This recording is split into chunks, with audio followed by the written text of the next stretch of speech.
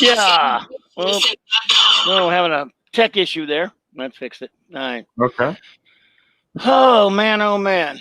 Yeah, well, we're getting there, buddies, and everyone else there. Thank you so much. We have those of you who have just jumped in to join us there.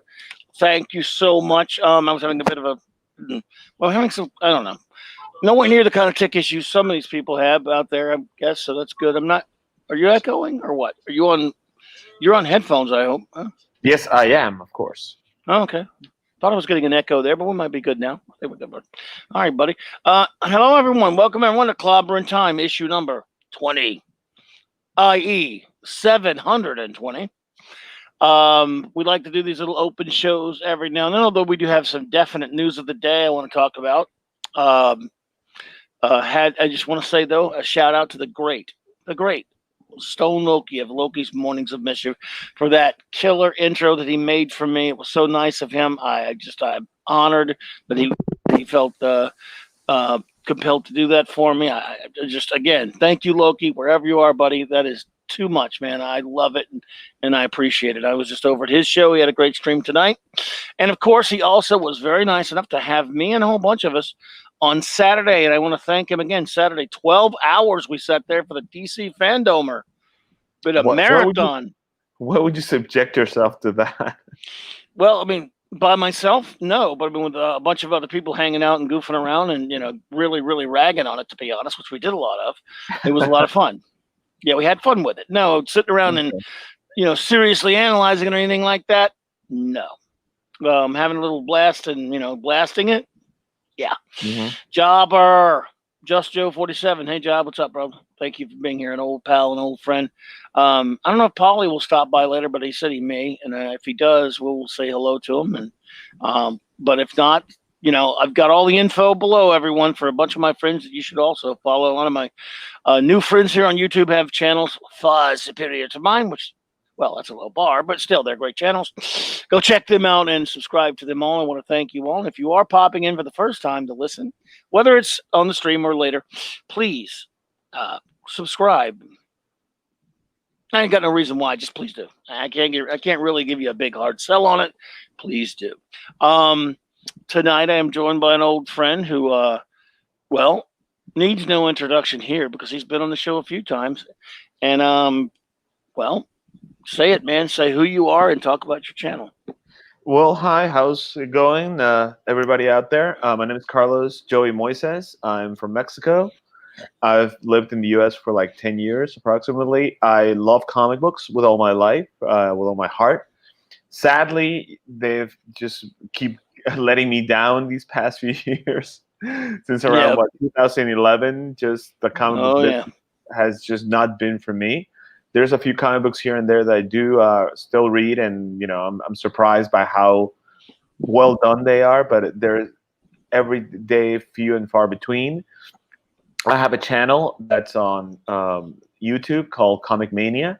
You can find it by just typing out Comic Mania MX, as in Mexico. Of course, the show is in Spanish, so I don't know if a lot of you would be interested in to listen to it, to see it. But if you have nothing better to do, just subscribe to the channel because, man, I need those subscribers. Yes. As we all kind of do.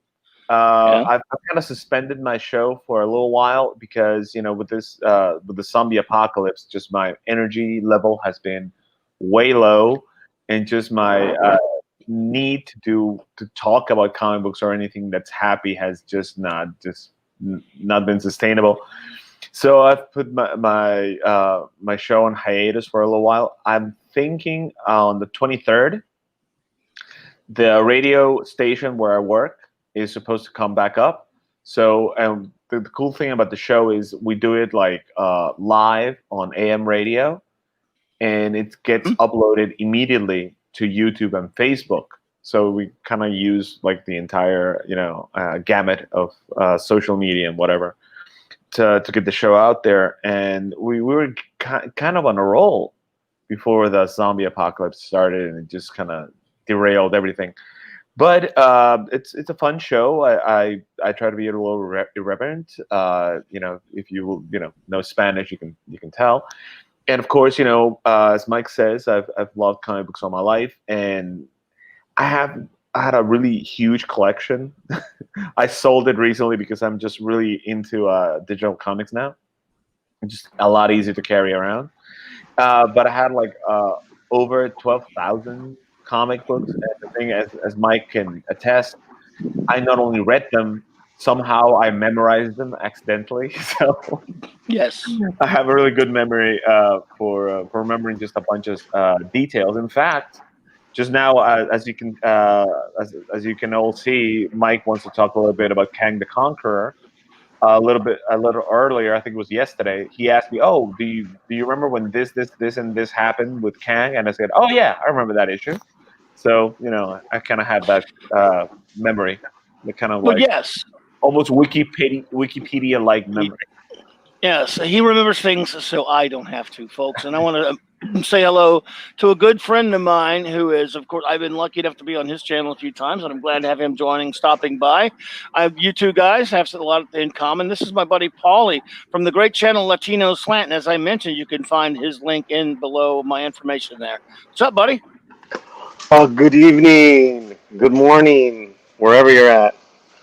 Whatever it is, man, it's that everywhere. Carlos, Paulie, Carlos. Pleasure to meet you, my friend. Hey, brother, where are you in DF? Excuse me, what? Are you in DF? Right now, I'm in Cancun visiting my family. It was my birthday a few days ago, and I decided Oh, that's to, good. to hang out with him here and Mm-hmm. have my cheat meal. So I ate like a lot of pizza and a lot of brownies. And on the 23rd, I'm going back to DF. That's Mm-hmm. Mexico City for most people, and that's Mm-hmm. where I live most of the year. And I just come to Cancun to hang out with my family, like at the end of the year for like Christmas and New Year's. Well, feliz cumple, compadre. Muchas gracias, muchas gracias. Oh, that's awesome, bro. Yeah, Yeah, don't yeah. worry. I'm not gonna let his dumbass back in the states ever again. That's for sure. Shut up. I wish I could go, but it's Oh man, you're just dude. How long has it been? I'm pissed at you. Shut up. uh, what 2014 we met up. 14. Yeah. We met up in Atlanta. But before that, It had been almost 20 years. Not really 20, but the last time we saw each other before 2014 was 1997. We met yeah. up so we could both watch Batman and Robin together. You You gonna hated me bring that for it. up? Jesus, dude. You hated me for it. I watched that stupid movie 5 times. That's how much I love Batman. 5 times in the theater, plus as many times as I could, like on like HBO and stuff. And of course, I have the DVD. And it took me like around 10 years to admit to myself that Batman and Robin was the most horrible movie. Paulie, let me tell you something. It would I take love Batman. five 12-hour live streams to tell you how much this bastard loves Batman. So, and it can't be trusted with Batman movies, but any other comics, anything like that, he'll give you the straight up what he thinks about it. And It's just, he's it's just just I'm just way too excited to see Batman on the big screen. Even if it's George Clooney or Robert Pattinson, I'm just excited to see Batman on the screen. Who's your man, who's your favorite who's your favorite Bruce Wayne and who's your favorite Batman to this day? That is a good question. I would think that, to me, my favorite Batman, and especially Bruce Wayne, as in the training montage, Bruce Wayne, I would have to say Christian Bale. I really loved everything in Batman Begins, where he's training and everything, and I loved Yeah. him as Batman. I don't think his Bruce Wayne was perfection, but I think he did a really, really good Batman. And sadly, I think the best guy that's done Bruce Wayne is what's his face, Michael Keaton. I think he really got the Bruce Wayne-ishness of the character, and I think Val Kilmer is an amazing actor, and he did nothing with the character. Uh, yeah. George Clooney, I think he was drunk throughout the whole movie. He was just not taking. No, Not. no, it wasn't that he was drunk. It's that he was overworked. Oh, okay. Yeah. If that's his story, I don't mind. The sad thing is, Well, it was he a did bad performance. he did a Yeah. movie before that called The Peacemaker, which I think is an amazing movie. And it's a really, Yeah. really great action movie. And before that, he did From Dusk Till Dawn. Now, I don't like the movie, but I like his character. So the man had the capacity to do a great Batman, and he just Yeah. threw that, I, just threw it, I heard threw it scheduling. away. I remember reading scheduling wise that he literally didn't sleep because he Well, was you can doing tell. hard during the Yeah. day, then he would go at Batman at night. You can tell he was just So not good in that role.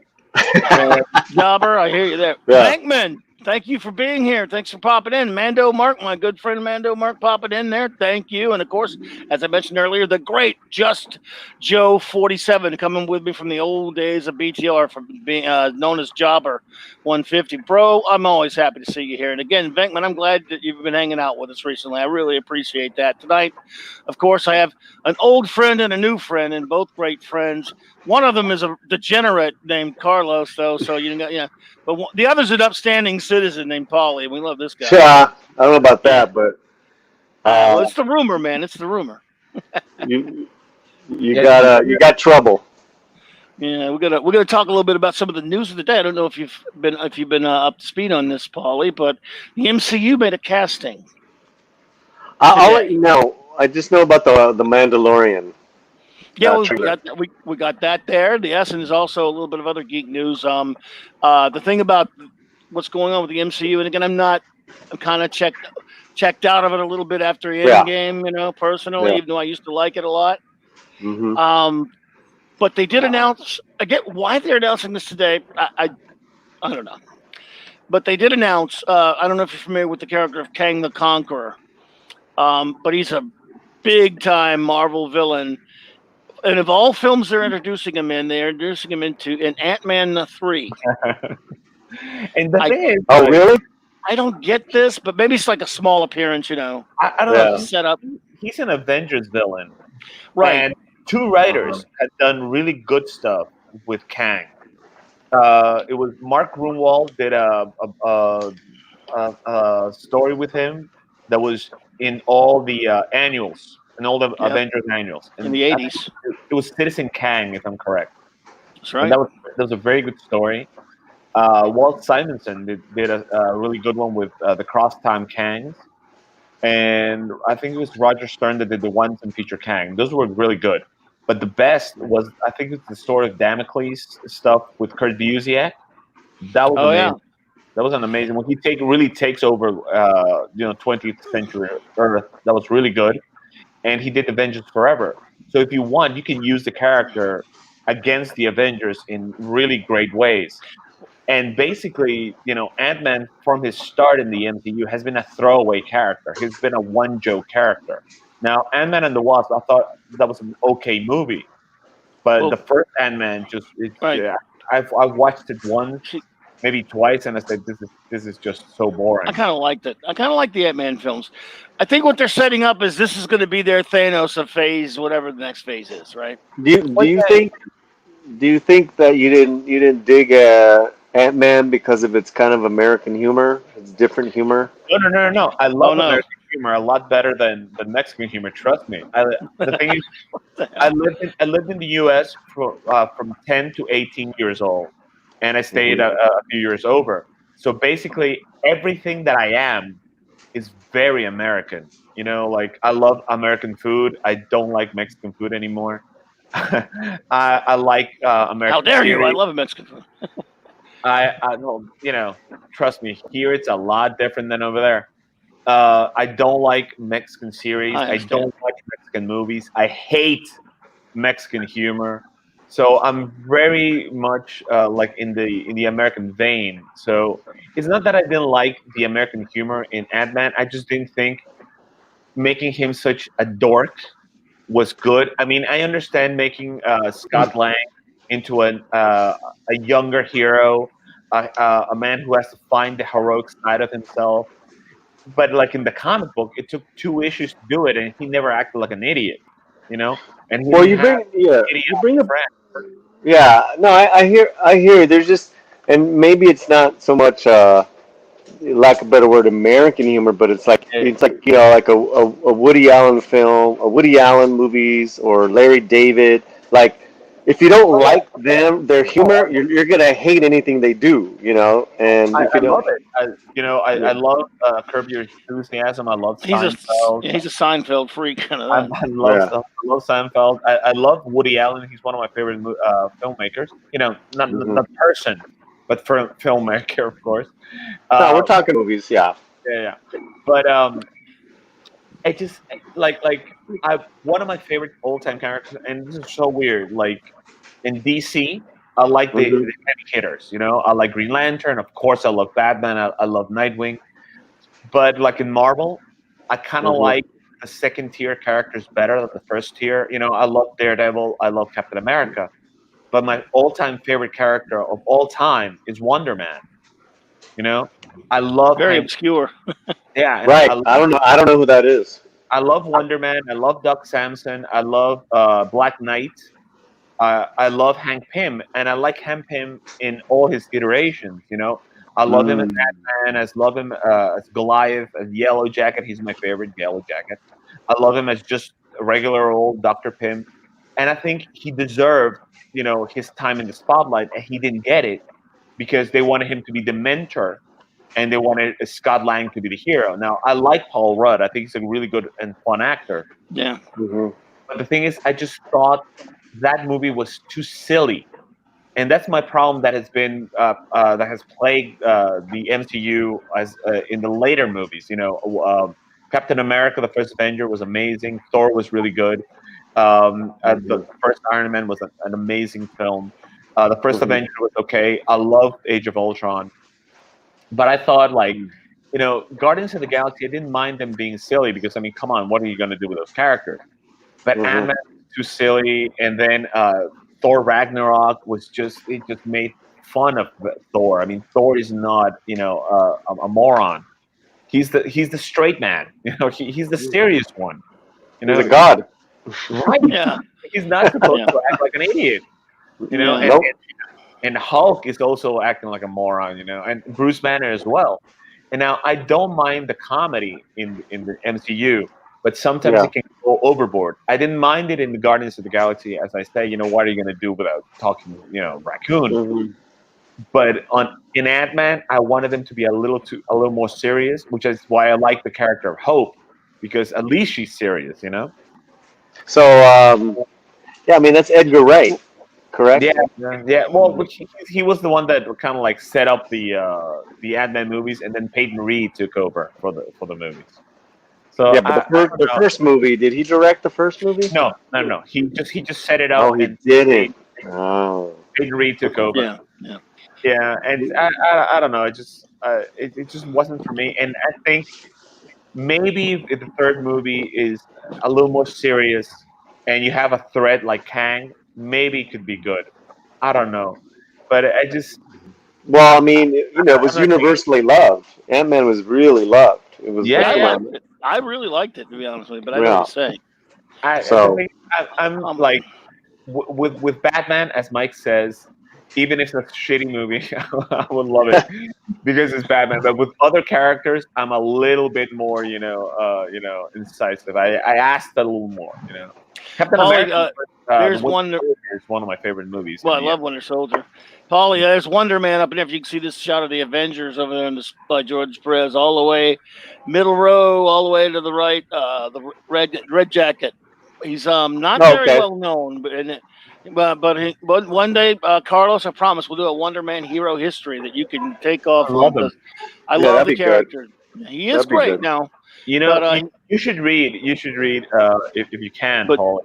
You should read Avengers #9. That's the introduction of Wonder Man. And you, of course, know the Masters of Evil, right? Now, the Masters of Evil give him power so he can betray the Avengers. And at yeah, first, he does. but But by being close to the Avengers, he learns what a hero is like, and he chooses to stop being a villain or to aid the villains and to start aiding the heroes.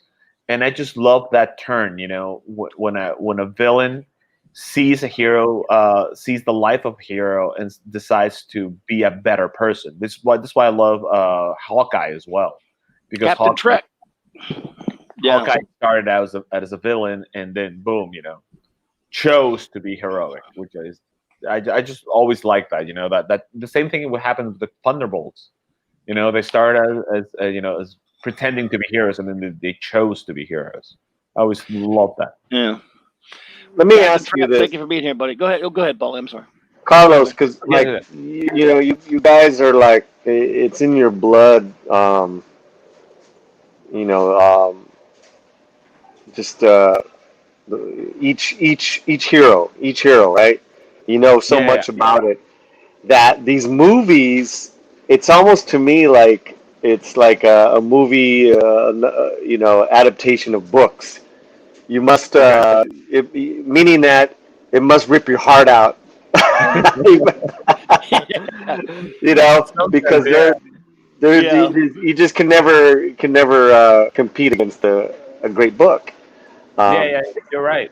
I mean, Green Lantern's a great example. I love Green Lantern, and seeing that movie just destroyed me to my very essence, to my very core.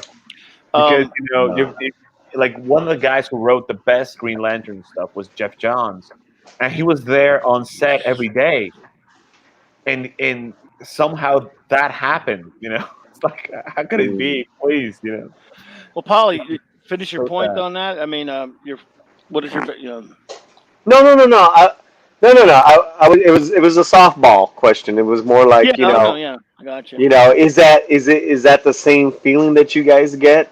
Because Yes. you're coming at it from a completely, different, like the Ant-Man thing, right? I wasn't a fan of. I didn't read Ant-Man's comics, but I Right. love that movie. You Yeah, know, I did um, Yeah. too. so on that tip, I'm a normie. But for you guys are coming from it as like, you're bastardizing Hamlet. How dare you? Kind of, yeah. Because Well, yes, that's a good point. And there's the thing about yeah. we are very protective of these characters. You're right, Paulie, and I see where you're coming from, and that is true for sure. We're protective Mhm. of them and don't like to see them mess with. But it's been going on for so long now. You build up a bit of an armor, and you go, well, if they get close. I've heard Gary say this sometimes, and I'm kind of like this now. If you get to the 60% range almost for me Mm. sometimes, and the movie is good, I put up with a lot because, I don't really care much about the Scott Lang Ant-Man. I wanted to see Hank Pym Ant-Man and Janet Van Dyne Wasp incorporated into the Marvel Universe, and I hate Whedon and Feige for not doing that. I hated what they did with Tony Stark creating Ultron, but I do like the films. I put up with it, but you're exactly right. When you're something of a purist, or at least this stuff is in your blood, it takes a getting used to. You build up something of an immunity to it, and if the movie's good, you go, that's okay. And But yeah, sometimes they change stuff around, but sometimes for the better. Now, I love Aquaman, the comic book version of Aquaman, but I Mhm. know that trying to put that character on the movie screen is not going to be a good thing, right? And Mhm. they changed them a lot for the Mhm. DC extended universe, but I loved it because I like that actor. I think I love Game of Thrones. I like Jason Momoa, and I like that kind of savage uh, Aquaman. I think he was just really cool. He looked cool. He acted cool. He was this just ginormous giant of a man, as the king of the seven seas. I bought it. I saw that movie Mhm. like 3 times. I'm like, yeah, I'm down for it. Same thing with Wonder Woman. They changed things around. They moved things around, Yeah. but it was I it's saw I saw really, once Aquaman. It was entertaining. yeah, yeah. it's a really good movie, Yeah. and a lot more entertaining than I expected Aquaman to be. Plus, Mhm. thanks to stuff like the Cartoon Network, Aquaman had become a joke. Now, I did not appreciate Yeah. any of, and I liked him not being a joke anymore. Nobody took that movie as a joke. The same thing with Shazam, which I like to call him Captain Marvel because that's his real name. Mm. That was a really good movie, and they changed things around, they moved things around, they modernized a lot of stuff. They changed his name, but that was a really Mhm. fun movie. So I don't mind them changing too much if it's for the better of the character. Mhm. Now, I didn't like Ant-Man that much. Ant-Man and the Wasp, that I liked a little bit more. That I had a lot more fun with, and I like what they did with the Ghost character, and with Bill Foster, alias Black Goliath, alias Giant Yes. Man. Bill Foster was kind of cool to see him in that film. But Yeah, it was again, fun. no one really knew about the history of him unless they were like, those of us who've been around with it a lot. We'll talk about Kang a little bit. That has Good. Yeah. nothing to do with anything. But can you show a cover of Black Goliath? That costume just I'd have kills to me. dig it up.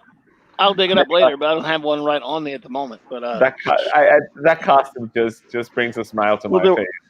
I liked it. Yeah, that was the early days. But Kang has been cast. I think he's for this new phase of the next phase that they'll be doing with the MCU. Yeah, remember that? It's all been all the way since Endgame, since there's been anything.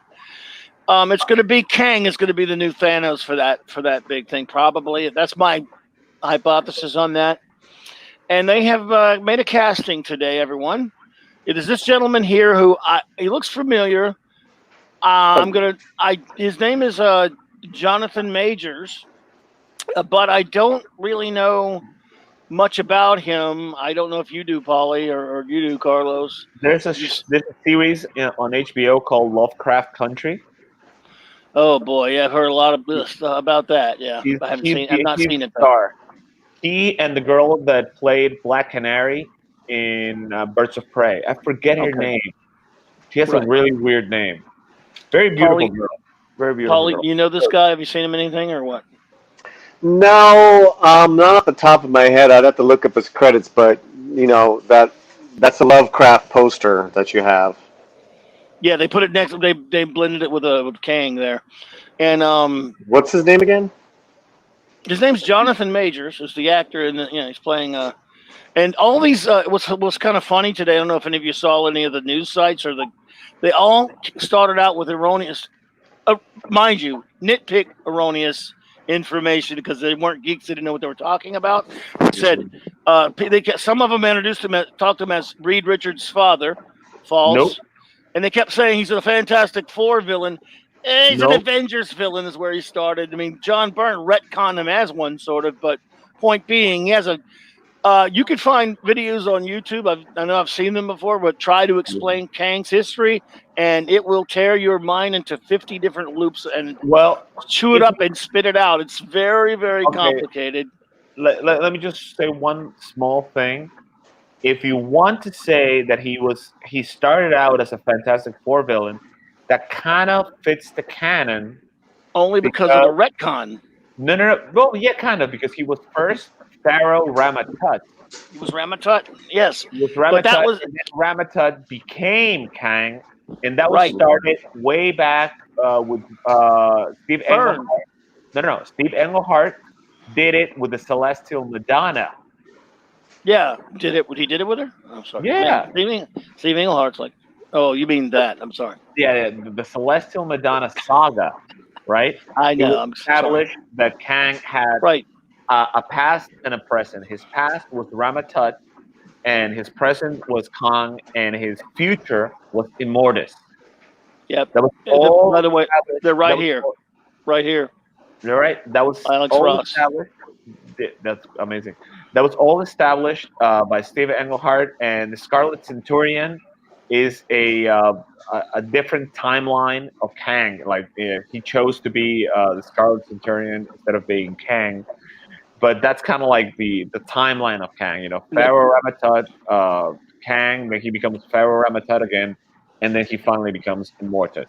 And then the Iron Lad crap is modern-y, but yeah. Yeah, and Iron Lad is kind of like him as a young man, and then he chooses to turn, to break bad. Or you can say that it's a different timeline. Yeah, there you go. That's the Celestial. I think that's the Englehart run right here, isn't it? Right yeah, here. that's the Celestial Madonna stuff. I love Englehart's Avengers. Oh, Steve Englehart is the best Batman writer. One of the best Batman writers ever. So I love everything he does. So that was kind of established, and then all Byrne did was say, where did he get the time machine? Because the first time we meet Kang, he mentions that he did not create the time machine, but that he found it. And then it was revealed that an ancestor of him had the time machine, and that ancestor is Nathaniel Richards, who is what's his face's father, Reed Richards' father. Richard's father. Yeah. So basically, yes, he's a descendant of the Richards clan, but he's not Reed Richards' father. That's just moronic. Right. So, but they were placing, oh my God, this is Reed Richards' father in this movie. No, No, his no, descendant, it's not. his Reed Richards' father's descendant. Yes. But anyway, Kang's a great character. What they There do you with go. him, who knows? There's some You know, Mortis right there. there's Immortus. He's who he becomes later. I just gathered up. And of course, this was Ramatat, who he was Right. kind of retconned into being. It was an FF number uh, 19, which is right here. I had it. And remember, Right I there. had this one. Yes, Yeah, yes. and he retconned it back to that. And that's the thing is, Ramatet. Wow. if you Yeah. guys, whoever wants to know like the full, complete history of Kang and Immortus and all their fights, all their confrontations with the Avengers, there's this really great book called Avengers Forever, 12 issues. Carlos Busiek. Pacheco did the art, and Kurt Busiek wrote it. It's amazing. I mean, Busiek really knows his Marvel history, and he was able to get everything that the what's his name? This guy, he's an alien. He's the Phantom. Space Uh, Phantom thing? Space Phantom. He put the Yeah. Space Phantom. He put Immortus. He put Kang. He put Ramatat. He just did a complete timeline, and every time something was contradicted, he justified it. He made it make sense. It was an amazing comic book. I just really truly recommend it. The name again is Avengers Forever. Amazing comic. Loved it. Yeah. Read it a million times. In regards to that actor Mm-hmm. that's going to play, Mm-hmm. he's pretty he's a pretty distinguished actor. Um, I mean, just off the IMDb credits, he's been in some great films, and he even did some Shakespeare. So he's it's Yeah. always good. It's always good. They'll probably do if pretty you much have a what. good actor, that's good. But if you have people that don't understand the character, then that's bad. And I That's just the hope problem, they whether do. they get him right. They're probably going to pull a Thanos with him, I and he don't will mind. be. You I won't think he's see it. a really good villain. He's a really good villain Yeah. to use as your major villain for this Phase 4. Yeah. But I thought they were going to use whatchamacallit, the Eternals, or more like the Celestials The as the Celestials from the Eternals. right. Like they were going to use the Eternals to introduce the I don't Celestials. know. Celestials could be more of a galaxy-threatening force. Well, they showed the Celestials for a second in the first Guardians of the Galaxy film, briefly for like Right. a split second. So yeah, they're going to use the Celestials, but I'm that was me expecting. I didn't say they're going to use Kang as their Thanos for the big phase, but he would be the one you would think they would probably. I'm just totally hypothesizing, and who knows? Well, what are you saying, man? Come on, stick to it. No, that's my it's total hypothesis. I didn't say that I knew anything because they just announced this today, man. Yeah, but it would make sense. He's that kind of villain, He's omnipresent, as you might say. He's been all these different beings. He's been all these different things. He runs all through Marvel history. He's really had far more input in the Marvel universe than Thanos ever did. So I mean, and they're not going to get Doctor Doom right. So you may as well get sort of the time. There was a time when we thought he was going to be Doctor Doom, because remember he said he was. Yeah. He said that he would that Doctor Doom would eventually become him. That's how he fooled Doctor Doom. Okay, Yeah, I have yes. I have a different but connective challenge for you guys. So we can do it after we wrap this up or something like No, that. go But ahead, man. We're done with it has this. to do We're with basically reporting. yeah. Okay. So all right. So this is going to be the new supervillain, correct? Let's say. Well, he's going to definitely be introduced, according to these people, in Ant-Man 3. To what extent, we don't know. So I don't think he'll be the big baddie in that one, but yes, I'm thinking he's going to be that Thanos thread, is my speculation. So go ahead. So my question to you is, of the Marvel of all the Marvel films, Who are your top 3 villains In the films, right? in the films? For me, I mean, Josh Brolin was great as Thanos. I thought they did a great job with him. A lot of people would say Loki, but he's kind of more of a, he's kind of up and down, good guy, bad guy type thing, anti-hero stuff. And there you hit on something that would take me forever to explain why I think, as much as I like a lot of the Marvel films, they almost really never get the villains right. They did I thought character-wise, they did a halfway decent job with Ultron, but I don't like the way they did his origin. So if all the Marvel films, you just mean MCU or any movie that was ever a Marvel character, Marvel movie? Any, any. That makes it a little tougher, but I don't know, man. I hate to go with this. I think probably Red Skull from Captain America, the First Avenger. It's a shame we didn't get a lot more of him because Hugo Weaving was brilliant. No. That's probably my favorite of all of them, although I thought Brolin was really great as Thanos. So, probably for me, that one. Carlos? Well, for me, definitely say Ultron. I know a lot of people don't like the origin and whatever, but they just could not do it the way they did it in the comic book. I did not mind this origin. I like the fact that he was kind of like an evil version of Robert Downey Jr. or Iron Man.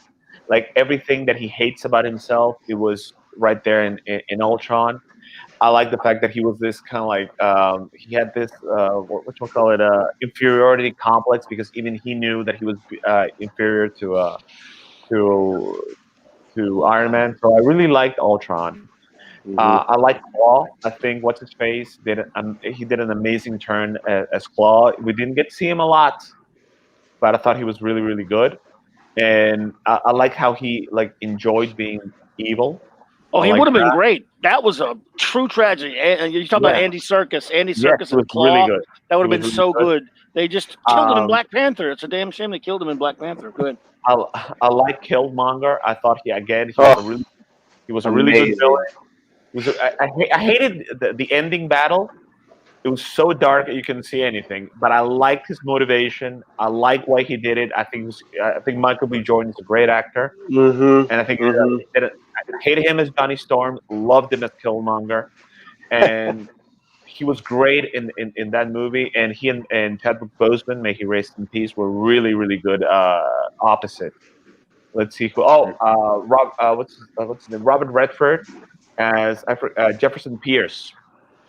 Another great villain in it was pretty good in Captain America: the Winter Soldier, which it's an amazing movie. I just don't. I wouldn't cast the Winter Soldier as an evil bad guy. He was being mind controlled, but he was a great adversary or adversary, as Sean Connery would say.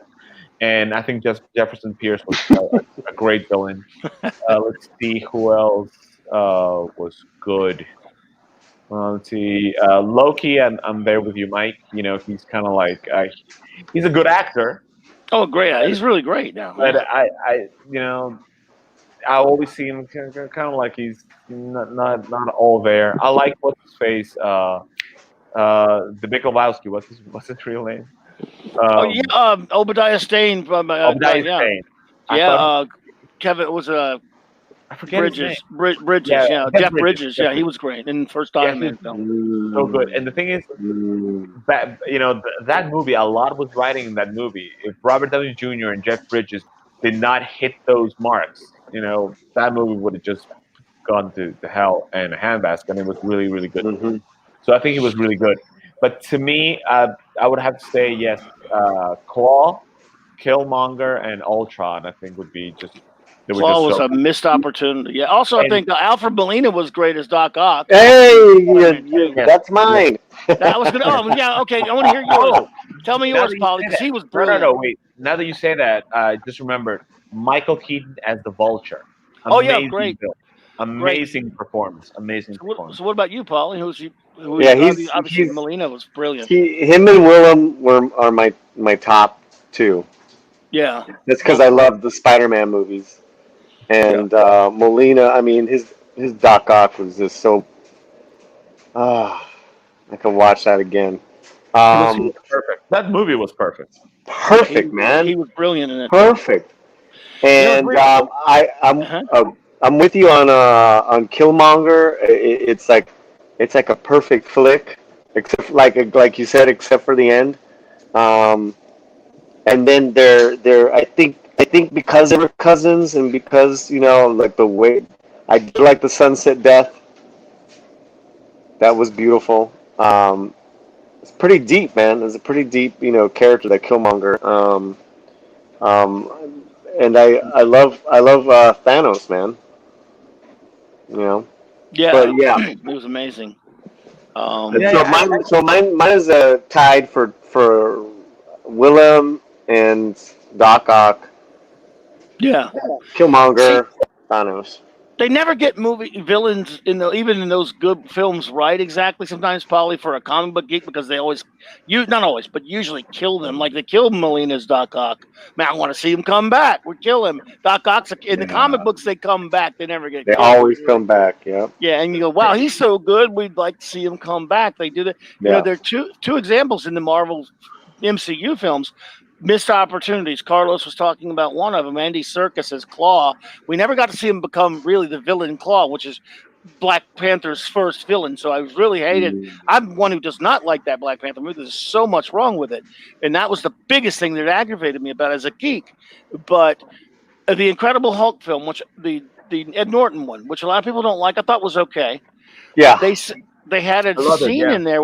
Well, the Hulk's primary villain, one of them is the leader, and there's a scene in there. Really good actor. They set him up. I don't know if you remember the film, but the scene with the scientist who helps Bruce Banner at the end falls down. He gets all those chemicals on his head, and his head starts growing and all this kind of stuff. That was a setup of the Hulk villain, the leader, and they never brought him back. I don't understand why they do stuff like that. That is a great character actor, and Yes, he's been in so many. I think he's like one of those stock actors for the Coen brothers. Yeah. he is. You're right. Yeah, yeah, He was Our fantastic brother, at where that. art thou? He was in that. Yeah. fantastic actor. But yeah, Oh, you're right. You're right. It's like you build up. He had a great build up. You're right. You're right. and then they don't use them again. It's like, what are you doing? And they don't. I mean, let's give them some credit. They at least treat the heroes very well. But you get one or two villains. That's another thing about comic book movies, Hmm. Paulie. For me, as a ridiculous comic book geek, when I'm watching them, the one thing that is missing from all of them, even the good ones, is like, I don't believe that the Avengers have been running around having adventures fighting supervillains. They just their only adventures seem to be closed up in each film, and you don't believe that they've been around doing Avengers type things. You don't. I don't get that. They don't set it up that way in the films. That's a geek nitpick, but it Yeah. is. Yeah. You know, Oh, now that you're mentioning missed Hey, opportunity. more Yeah. kitties in the Maria chat. Kitty, thank you for being here, Hey, lovely lady. Okay. What you were talking about missed opportunities? I remember one that it really killed me. I mean, it really did. Justin Hammer in Iron Man 2. He Yeah, was they ruined playing up him. as a joke. Great actor. He was a moron, and he's an amazing actor. He's I'm won like trying to remember, Carlos. I can't remember remember that Sam movie. Rockwell. that Sam that Rockwell. Oh, really bad movie. Yeah. It's a And the thing terrible is, movie. both characters, Mickey Rourke. Mickey Rourke. both Oh villains God, he was bad. were just not just would not served well by that movie. Mickey Rourke wasted as Hmm. Whiplash, and what's his name, Sam Well, Rockwell. What Mickey Yeah. Rourke was not only because they had him playing two villains. They split him amongst two Iron Man villains. Yeah, yeah, He was being the Crimson. They called him Whiplash, but he had the identity of the Crimson Dynamo. It was so exactly. Yeah. stupid. Crimson Dynamo is a better Iron Man villain by far I liked him with than the Whiplash. two whips. I liked with the two whips. I thought it looked good, but then he just stops doing the whip thing and he just creates a bunch of robots or like and I'm like Yeah. this is so boring. And I just really hated Justin Hammer. I mean, Justin Hammer in the comic books is an older man who wants to take over Stark International, and he's more he's also like weapons builder, just like Tony was. So he's kind of like the dark side of Tony Stark, much like Obadiah Stane.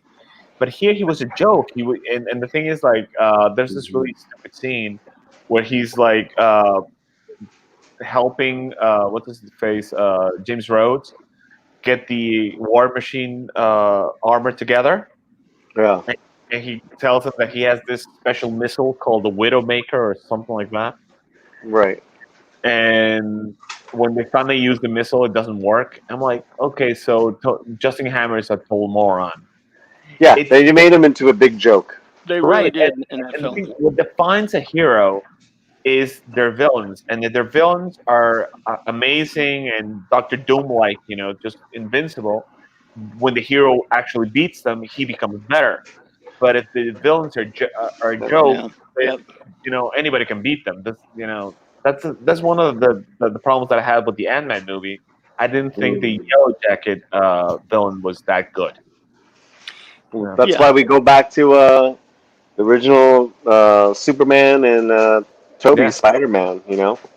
Yeah, you got to have the right villain. I mean, that's crucial to the superhero or in almost all heroic fiction. You have to have a worthy adversary, that's how many times have we gone, man, that dude was great as this villain or whatever.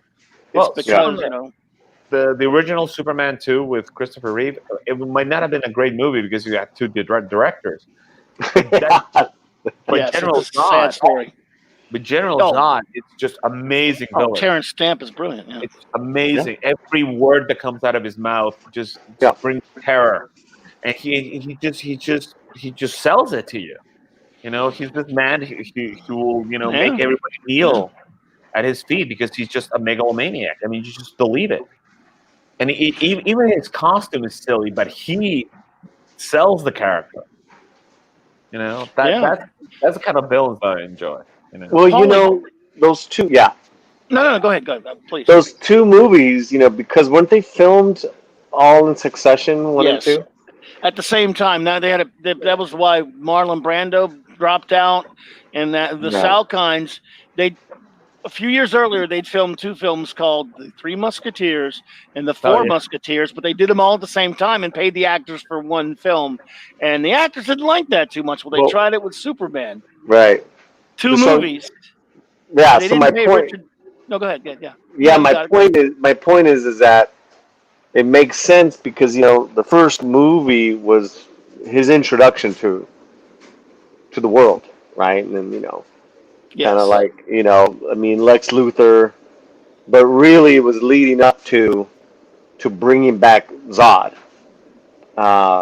Yep. And they butchered it, man. They had a good director who didn't really understand the character like Richard Donner did. Richard Lester. But those are great. You're absolutely right, Carlos. I mean, but even Hackman's Luthor was dope. Yeah. I like Gene Hackman. I'm not so into Otis, but I understand why they did it. But then you have Superman 3, where Richard Lester did the whole thing. And that Superman 3 movie, I mean, when I was very young, I really liked it.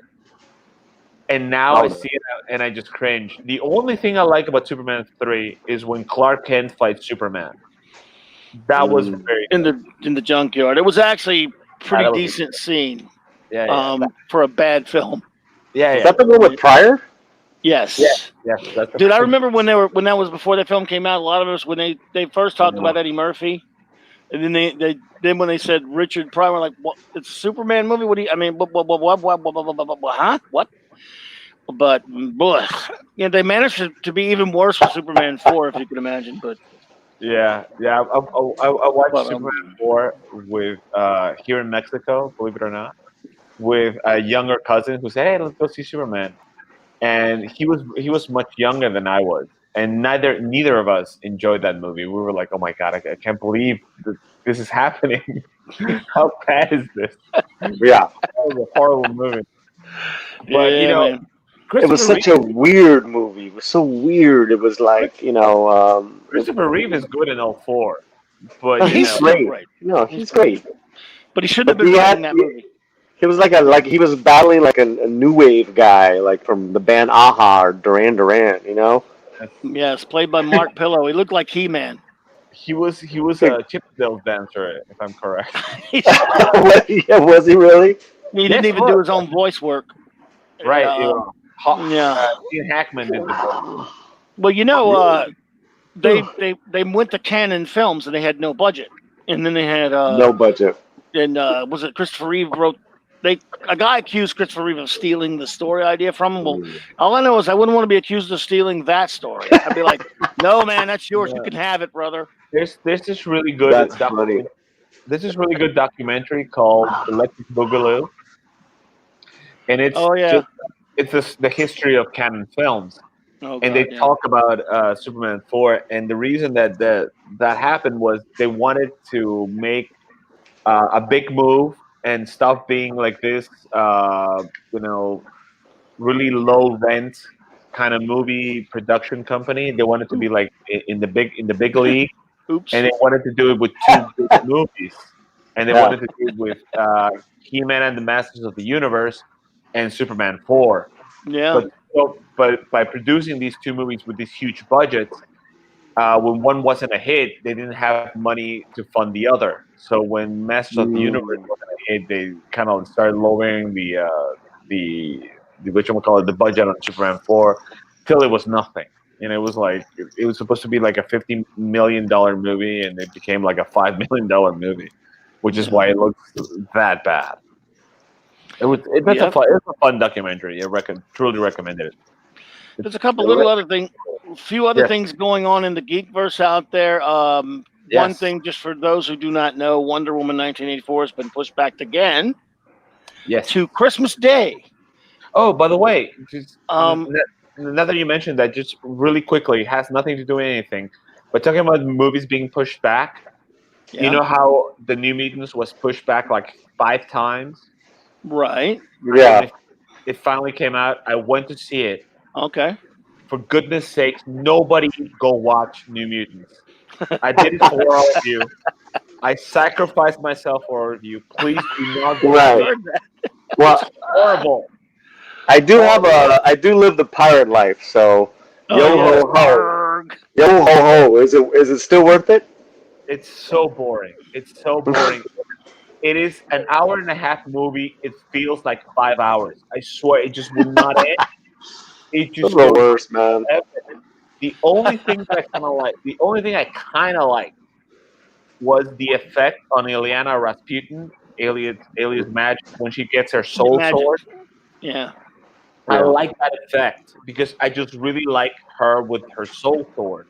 But the movie makes no sense. It's boring as hell. It's literally just those characters, the five New Mutants, and the doctor that's trying to help them. It's like a six-person movie. It's just boring. It's lazy. It was uh, a guy that that was reviewing the movie. I saw the review after it. He said something was funny. It was the movie was just shot out in movie theaters because just nobody liked it. No. You know, nobody wanted it out there. Not Fox, not Disney. You can tell. And Hey, it's really sad because I think that some of the actors are talented, but the movie's not helping them. It's horrible, horrible. did you hear that Bob McLeod had his name misspelled on the credits? He was the co-creator of the New Mutants, the artist. No, Wow. I did not see that. He went I to see thought- it and he said, "I'm watching it," and they've got this some guy named Bob McLeod or whatever listed. So how you feel about that when you see your name on a movie credit for I something you co-created, bad movie or not, and they can't spell your damn name? He should be glad, man. I mean, nobody wants to be part of that movie. That's horrible. And the thing is, like, I doing that mix of like, comic book mutants and horror. I kind of see why they wanted to do that, but it just does not work. And the whole thing with the demon bear. I mean, it works in the comic books. It does not work in the movies. It's horrible. I went to see it with my cousin from over here. He doesn't know anything about comic books, but he likes to go see comic book movies. And he was bored. We were bored. We were both eating popcorn, and it wasn't enough to entertain us. You know Wow. here's some when you say that a movie is not that good, but it's a little at least entertaining. We say that it's palomera. That, that you can eat your popcorn and turn off your brain and you can enjoy it. Like I don't know, like that movie with Harrison Ford, Air Force One. It's a horrible movie, but you eat your popcorn, you drink your Coke, and you're entertained. But this movie, No. Not even that, huh? don't even just don't read the Demon It's Bear. called Just read the Demon Bear saga. Was Lockheed in it? Yes, he was. Okay, just curious. Go ahead, Paul. What were you saying? No, he's just saying like it wasn't even a good popcorn flick. Yeah. Nope. So the popcorn tasted bad. I mean, yeah. I mean, sometimes you can. Every Fast and the Furious movie, like as a movie, they're horrible, but they entertain you.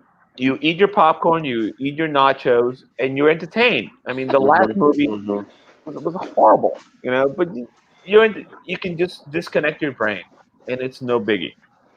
Yeah. But this movie, I swear, it's the longest hour and a half in your life. I swear this to you. And like on Wednesday, I'm gonna go watch Tenet. God, I hope it's good because with Christopher Nolan, you watch the trailers 1,000 times and you don't understand what's going on until you actually watch the movie. But yeah, and it's so sad that they keep pushing back Wonder Woman. The first movie was really good. It had some problems here and there, but as a whole, it was an amazing movie. And Gal Gadot and Chris Pine are an amazing, on-screen couple. And I just really wanted to see that movie. And of course, the zombie apocalypse came upon us, and we lost that. We lost Black Widow. Eternals got pushed back, so just very sad. And now we're gonna see what Wonder Woman till Christmas. God, I hope they don't push it back anymore. I hope they don't put Black Widow back. That's been taking forever. At least hurry up, just get that sucker out of here. I mean, get it out and let's see what happens. I mean, at this point, maybe it'll do better. It'll do better just because people want to see something. I don't know. Yeah, and every trailer I've seen for Black Widow, I mean, it looks really good. It kind of reminds me a little bit of what they did with Captain America: The Winter Soldier, which was more of a political thriller than a just straight up action movie. Yeah, we'll see. I mean, I'm willing to give it a shot if it ever free and shows up. Yeah, so it's just a bad year for cinema, man. It's a bad year for the world. What are you talking about, my friend? Yeah. Well, yeah, we're talking movies, so it's like movies, yeah. Going to the theater. It's like it's killing me. There's two things I love actually three things I love in this world. Going to the movies, going to the gym, and going to Starbucks. I know makes no sense, but I love all three. And those were the first three things that were taken away from me. Yeah. So sad. Oh, good. Yeah, well, you still have me, buddy. Yeah. I'm that trying to was make him throw up. Yeah, that was kind of like my saving grace, just doing your show here, and just we'll do some more. Losing myself in comic book talk. That's the only. We'll do some more, brother. Yeah, we'll do. And now of course Batman has COVID-19, so that movie's gonna be. Yeah. They had only filmed like 20-some% of it in any rate at that point, so it's going to take a while. Everything's going to be a while though. So as far as anything that was filmed when it was all the goof started. Well, the good thing is a lot of series finished their filming before COVID-19, so we're going to get The Boys, Cobra Kai season 3. Well, The Boys just started. Just started. The third season. Mandalorian. Yeah. That's right. That's what I want. We'll talk about that in a second. Yeah, third season of Cobra Kai comes out next year, and this October, of course, Mandalorian 2. The first season was amazing. I loved every minute of it, and now, of course, we're gonna get single minute. Yes, I'm just kidding. And let me tell you something. One of the things that I love about that movie, I was dating a girl, right? Don't start with your jokes. I was dating a girl. I wasn't going to say anything, maybe not. I was dating a girl. She knows nothing about Star Wars. The only thing she knew is that the guy that she dated before me took her to see episode 3. She didn't understand anything, and it was such a bad movie experience. She didn't want to know anything about it. But when the That's a long Mandalorian, time ago. yeah, when the Mandalorian came, well, she's very young as well. Uh, Mhm. Right. she was 20 when we were dating. Now she's 21. Um, Jesus Christ. what? So, Oh boy. so Don't get him what? started on Move that. along, move along, move along. What? What? Nothing. Just go, boy. Before I beat your ass online. What's wrong with that? So No, no, don't start, Carlos. no. So 20 is legal. What are you talking about? So here's the thing, right? Uh, I see the first episode. I see Baby Yoda, and yes, I fell in love with Baby Yoda. I don't care what anybody says. So I took a picture of it and I showed it to her, and she fell in love with it, right? Oh my God. And every time I would see, every time I would see an episode, I would, I would, I would like with my phone, I would tape every shot and everything where Baby Yoda appeared, and I would just send it to her, and she would just be in love. She is dying for a Baby Yoda doll. Oh boy. Mm, She knows nothing about Star Wars, but the she loves child, it. She loves the child. Yes, the the child. child. And I think that was just so amazing that they created this Yeah. character who's lovable, but Hmm. is part of the story.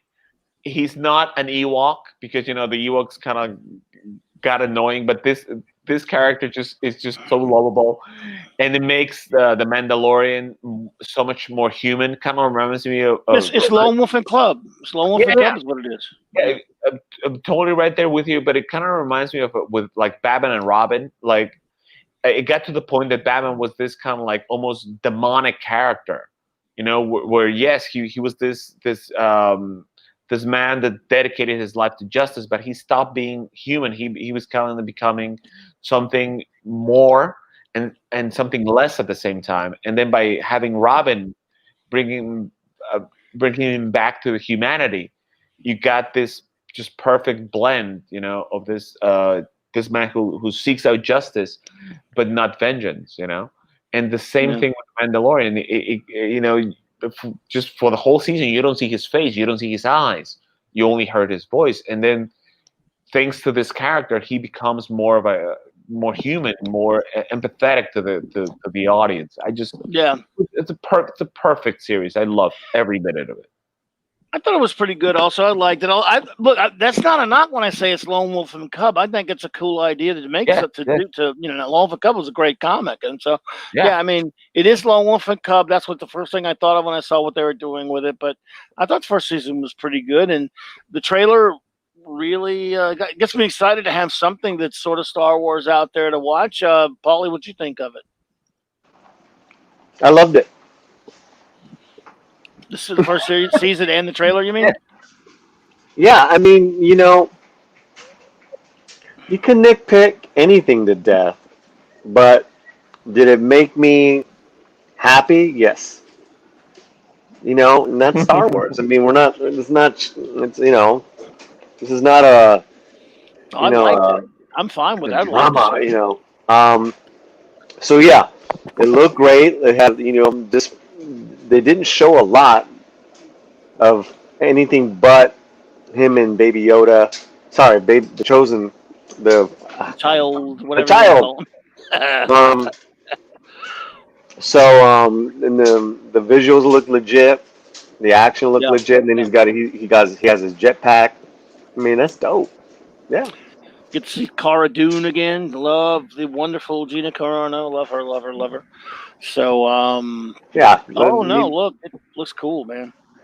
Yeah. And we're only a little over a month away from it. So at least we don't have to wait, like all these other things that are either looming or getting pushed back or could be next year. So that's something to look forward to. I don't even know how many episodes there are going to be. But Yeah, I mean, look, to have anything that is Star Wars related. I like Mandalorian first season, but actually, those last few episodes of Clone Wars the last year that ended that series was some of the best Star Wars I've seen in a long time.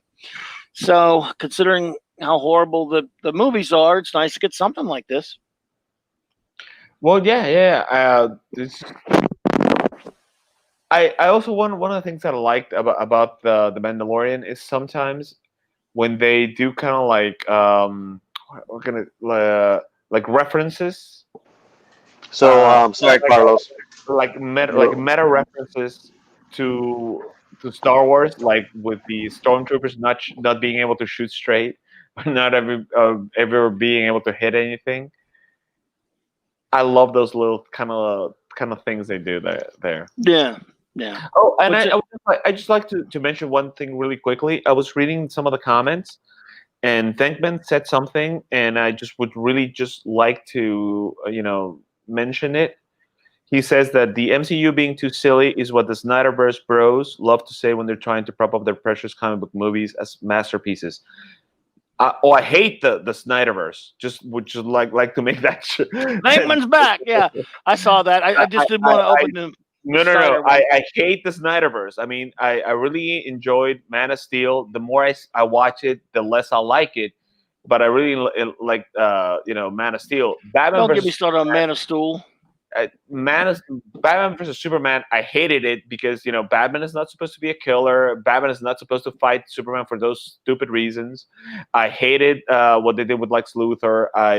Superman is way too emo in that Yeah, movie. Batman is right. way too violent and too aggressive in that movie. Yep. I like Wonder Woman, but I hated what they did with Doomsday. I did not like the Justice League movie. This is horrible. I have no faith in the Snyder cut. Please don't lump me with those guys. I Yeah. think the start of the MCU was really really good, but little by little it became too silly. I'm sorry. I mean, just look at Endgame. There's way too many jokes. I mean, just Captain America saying that after seeing his own ass, saying that that's America's ass.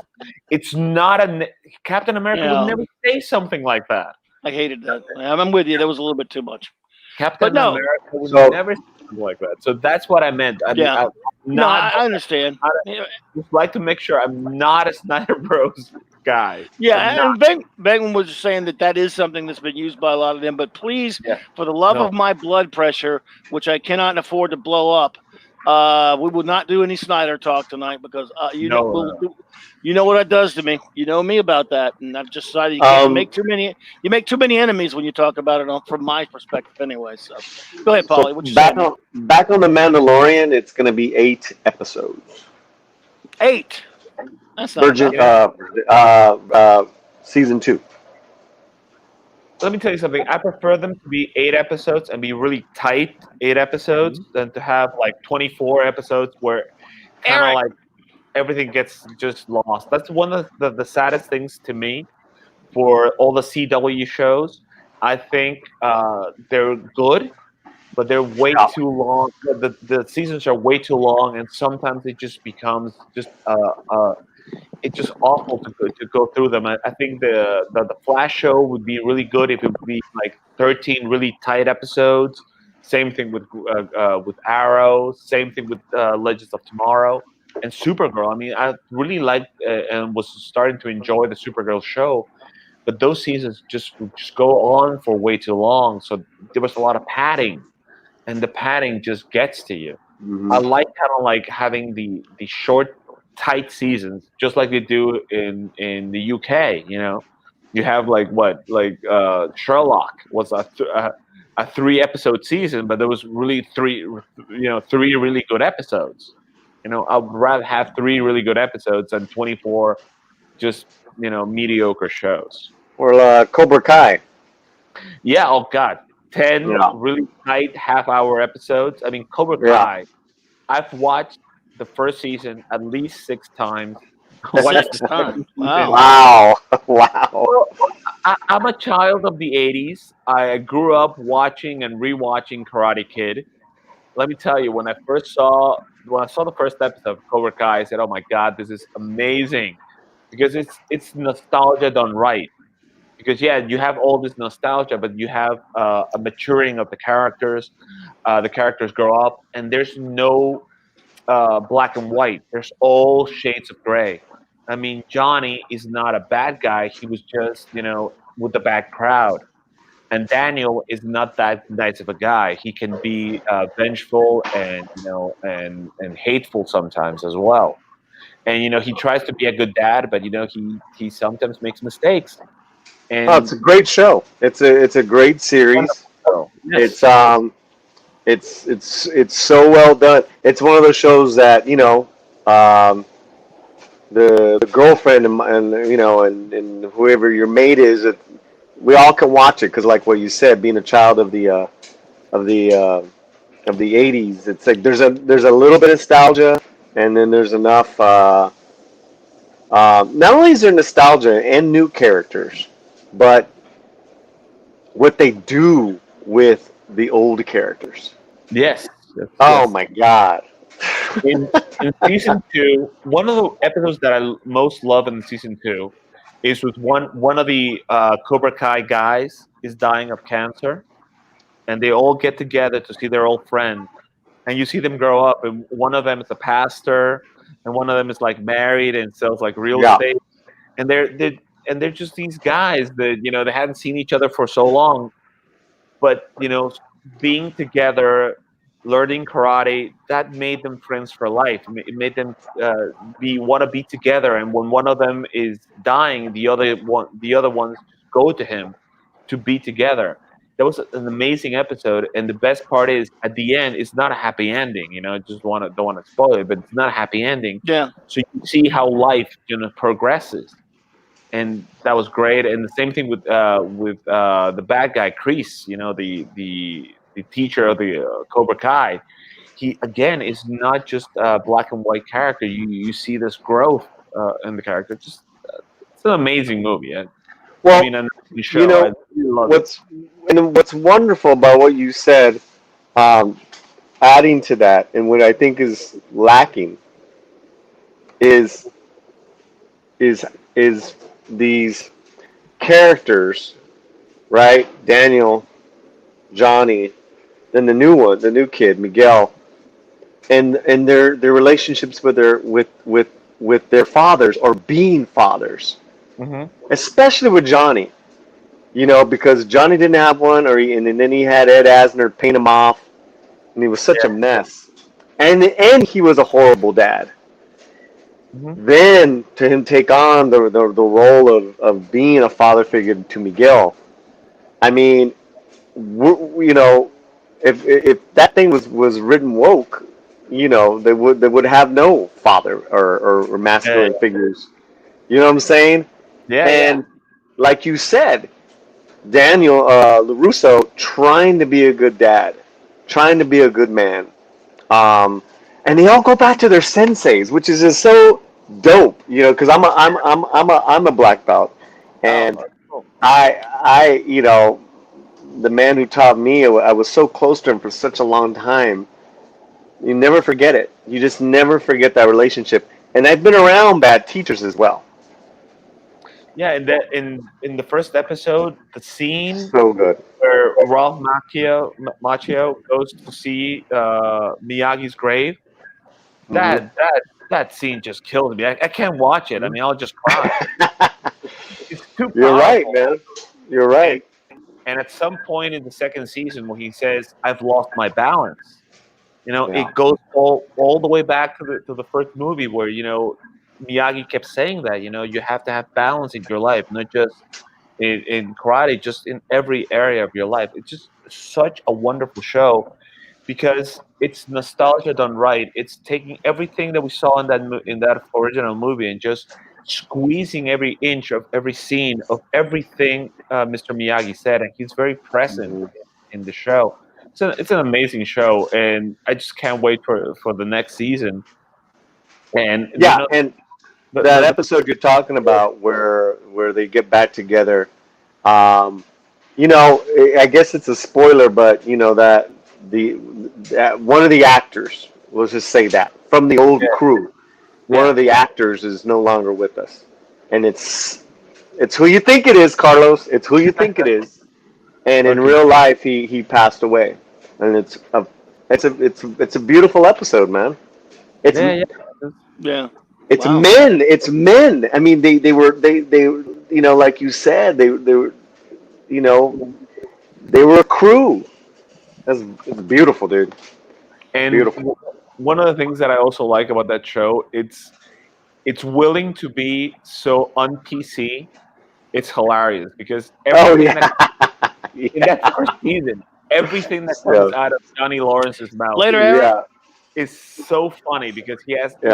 he has no editor. He'll No, just say whatever he wants. He doesn't yeah, care who he hurts. And that first when he gets it, when Miguel beats those the bullies up in his school is really cool because it starts out as a nerd and then he becomes the bully. That transformation is amazing. But the Yeah. thing is, he beats them all up, and then the next episode, all the geeks, all the nerds are at Cobra Kai, right? Because they want to be touched, so they can all be like Miguel. And Johnny starts making fun of them and just starts getting on their case. And yeah. there's now you don't know this. Mike got to see this. I was really fat when I was young, and I was Mm, fat, and I had glasses, and I had like an mm, afro, and there's this mm. great scene when Johnny Lawrence is confronting the fat kid in correct class. It felt like me. And instead of I just started laughing because oh my god, it's like that's what I would have gotten if I gotten into that kind of class because I was that kid. I was that awkward fat kid with the glasses and the afro. And some of those Cobra Kid Yeah, nerds to see their story arcs over two yeah, seasons. I mean, we go back to that blueprint, and say, hey, who's ever gonna mess with our legends? That's how you do it. yeah, Take yeah. that blueprint to Disney film or whatever they're, Lucasfilm. That's how you do it. Yeah, I mean Because that kid yeah. Hawk, you know, Oh he yeah. you, Hawk's you, great. yeah, you get to see that he was this just awkward kid. He was so afraid of everything. Yeah. They would make fun of him all the time. He would go home crying, and now he doesn't cry anymore. Now he's the bull. He's just out of control. And during in the season finale of the second season, Yeah. that big huge the hall fight Don't that give was it away. Don't give it away. so well done. It was so Yeah. well done. Did you see the movie? Everyone loves that in it. Yeah. Did you see the movie Old Everyone Boy? loves it. Oh boy. Yeah. Did you see that movie? It's a really good movie. Unfortunately, don't put me on the spot, but you did. I haven't. Yeah, it's such a good movie. And there's a hallway fight as well. And I'm gonna go, oh my god, they were inspired by this. And Hmm. it's that ending of the second season it's truly amazing. And to give it away or to spoil it would be a crime. So just watch that. Just please watch Cobra Kai. And let me tell you something. Like when I saw the first episode, I told my cousins here in Mexico. One of them said, "Okay, I'll give it a shot." And he loved it just as I did. And one of my cousins did not because he was too lazy to go into YouTube Red. And now, finally, this year, it got on Netflix. He saw it, and that's all he talks about. And I'm like, dude, I've been telling you to watch the series since 2 years ago, and you didn't listen to me. Also, my brother-in-law, he did not watch the series when I told him to, and now he's like really into it. And the coolest thing is, my 7-year-old niece got to see Hmm. Karate Kid, and she loved it so much. Every time she sees me, she does the crane kick, and there's nothing as Yeah. cute. That's There's no, illegal, isn't it? there's nothing as No. cute as a 7-year-old girl doing the crane kick and wanting to learn karate. She wants me to teach her, and I'm teaching her. It is No. so cool. They were kicking in the face in the In the tournament. I don't original, know in the original. I don't know why people are saying that he did a illegal kick. That was No, totally I illegal. saw somebody saying that on some. I forgot. Someone was saying that on something I saw recently, and I was laughing. I don't know if it is or not. But so you're saying that Danny LaRusso didn't cheat? No, he didn't cheat. No, they were I just got trying you. to paint that. If you want, Ah. and I just recently rewatched it, Karate Kid, and I'm like, they're hitting each other, like in the semis and all these matches, people are hitting each other in the face. I got you. No, I'm not disputing. I saw someone saying it the other day. I'm like, really? Is that true? I didn't know. The thing is, they keep trying to do these YouTube videos. They're trying to say that Daniel Danny was the bad guy. Yeah. bad guy. And the one good thing about that is that there's two sides to every story. Hmm. So of course, Yeah. to Johnny, the bully is Daniel, but to Daniel, it's clearly that he was being bullied. It was 5 against 1. Even Miyagi says what was 1-to-1 problem is it's not a big deal. 1 to 5, 1 to 5 right? problem, it's too much to ask anybody. Well, and it goes back to our original discussion of great villains, Yes, yes, yes. great heroes. I Yeah. mean, to me, right? It was you can go from Rocky to Yes. Karate Kid. From Rocky to Yeah. Karate Kid, we have all our heroes and villains. You know what I mean? Hi. Okay. All right, Kai. What's up, buddy? Rocky, all the Star Wars, all the Superman, Raiders, Blade Runner, Karate Kid. That particular those years for me, man. It's like they couldn't do movies. They couldn't do them better, man. Yeah, No. and there's some even silly movies back in the '80s that even I love them now, Hmm. and even as silly as they were, because Clash of the Titans is not a classic by any standard, but my God, I love that movie. I saw it a million times, and it's Yeah. Kai's trying to start some. Don't No they say blows to no the head blows in the to the beginning. head? I don't remember. Did they? Um, it. you know, I I do will rewatch it again. I do remember. I do remember one of the judges say that you're not supposed to hit the face.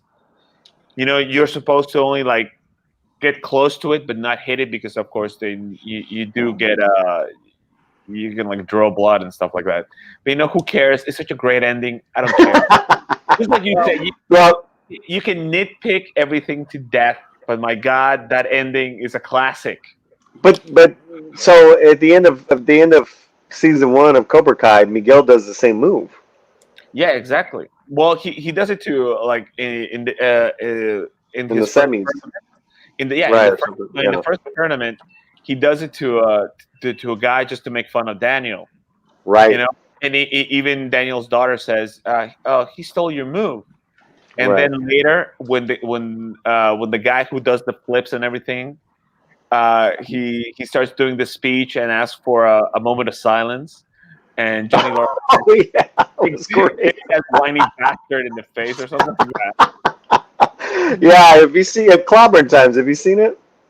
The That was original, hilarious. No, no, no, Cobra Kai, man. the first season, not the second yet.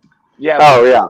in Oh the God, yeah, season 2 is the so last much fun. episode, it's great when he says when the kid does the speech about world peace and whatever, and Johnny just kick that idiot in the face. That was great. Hilarious. Unpopular opinion, but I think there is a Karate Kid who was way better than Ralph Macchio. It was Val Armour. He was way better. Well, that's not in the popular They opinion. should He's have killed him. one Val of my Killed him Armour. 3 Who's times. that? I was one of remember. my favorite Legionnaires. Yeah, DC. I told you about this a couple weeks ago. Oh yeah. Get out of here. DC. He's the Karate Get Kid. out. Legion of Super. Get the hell out of here, Let me man. tell you Well, something. they did have to give DC. They had to pay He DC is, to use the name. he is I know, but okay, okay. He is the master of super karate. So that's one Yeah, I thing. love Val Armour, And but yeah, also, if you remember, Mike, do you remember how he got into the Legion? by flipping Superboy. Yes, he was Oh, able cool. to beat Superboy, because nobody thought that karate was a good enough superpower to be part of the Legion of Superheroes. And he says, "I will demonstrate." And he fights Superboy and he beats him up. Wow, really? Yeah, I mean, with He has and super no karate. superpowers. With no, that's why he got into Legion, because they don't usually only let people in with superpowers. But let me ask you this, Paulie: does Ralph Macchio have a flight ring? I don't think so. I'm just saying. Just kidding. Just kidding. Ralph Macchio was in The Outsiders and My Cousin Vinny. He can do no wrong. Wasn't he 35 when he did the Karate Kid? I'm just kidding. No, he was old though. He was in his 20s. Yeah.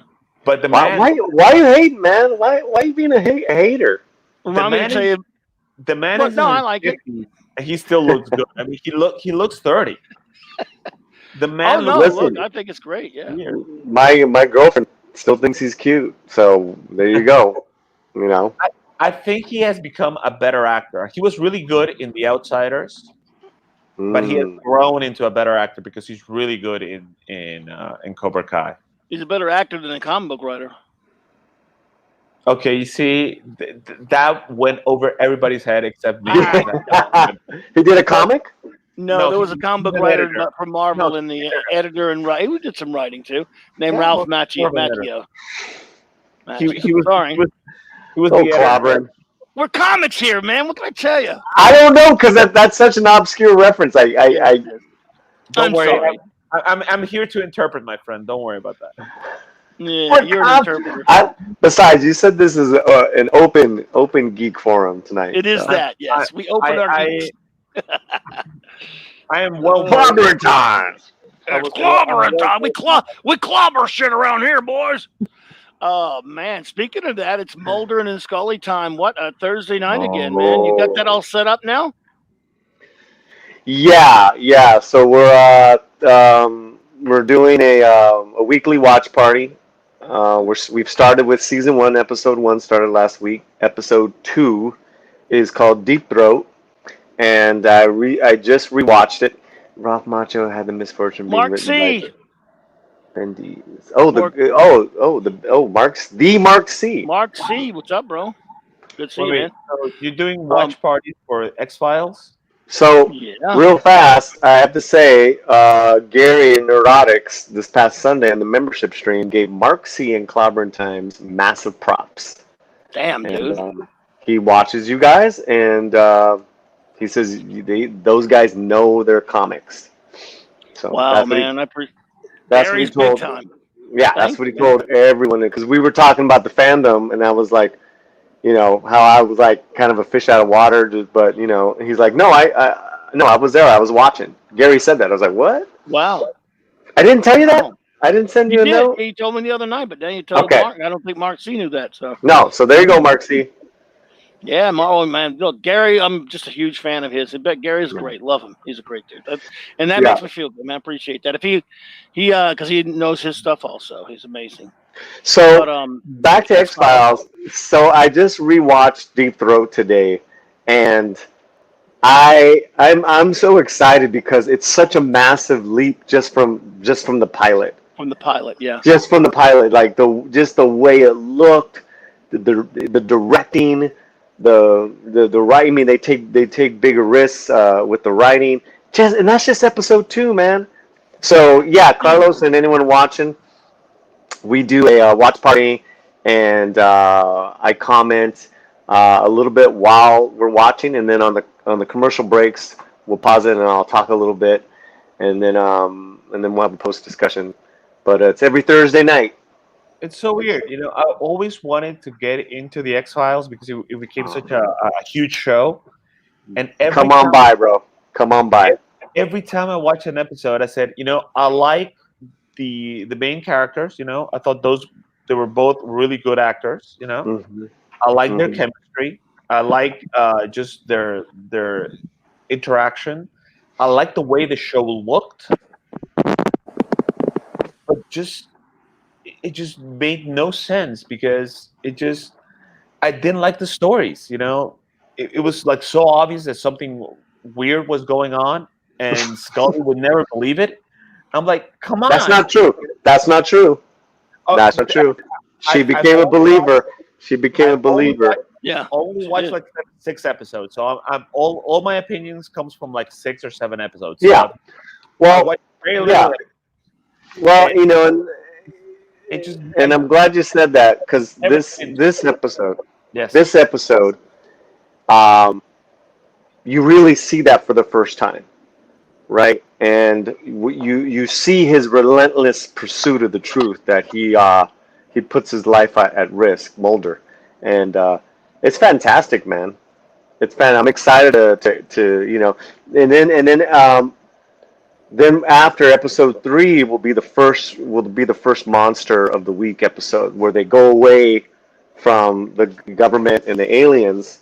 And what X Files has always done is that they'll keep that story arc of the government aliens going throughout all the seasons, but a lot of the seasons are about these standalone X Files, and those are great. And so episode 3 will be the first one of that.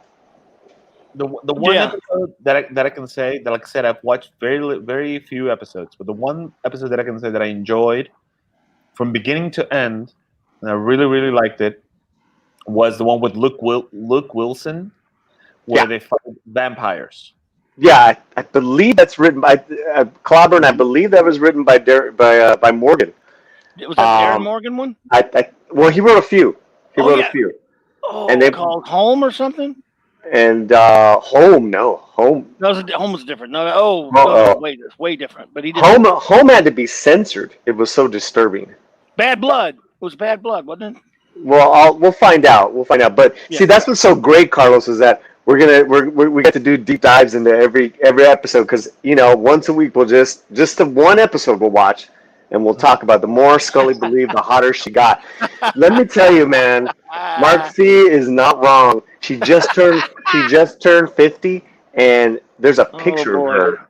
I think we put it on the slant. She is fire, man, fire. But the way they filmed Scully and Mulder, I mean, they were just so you just fell in love with watching them.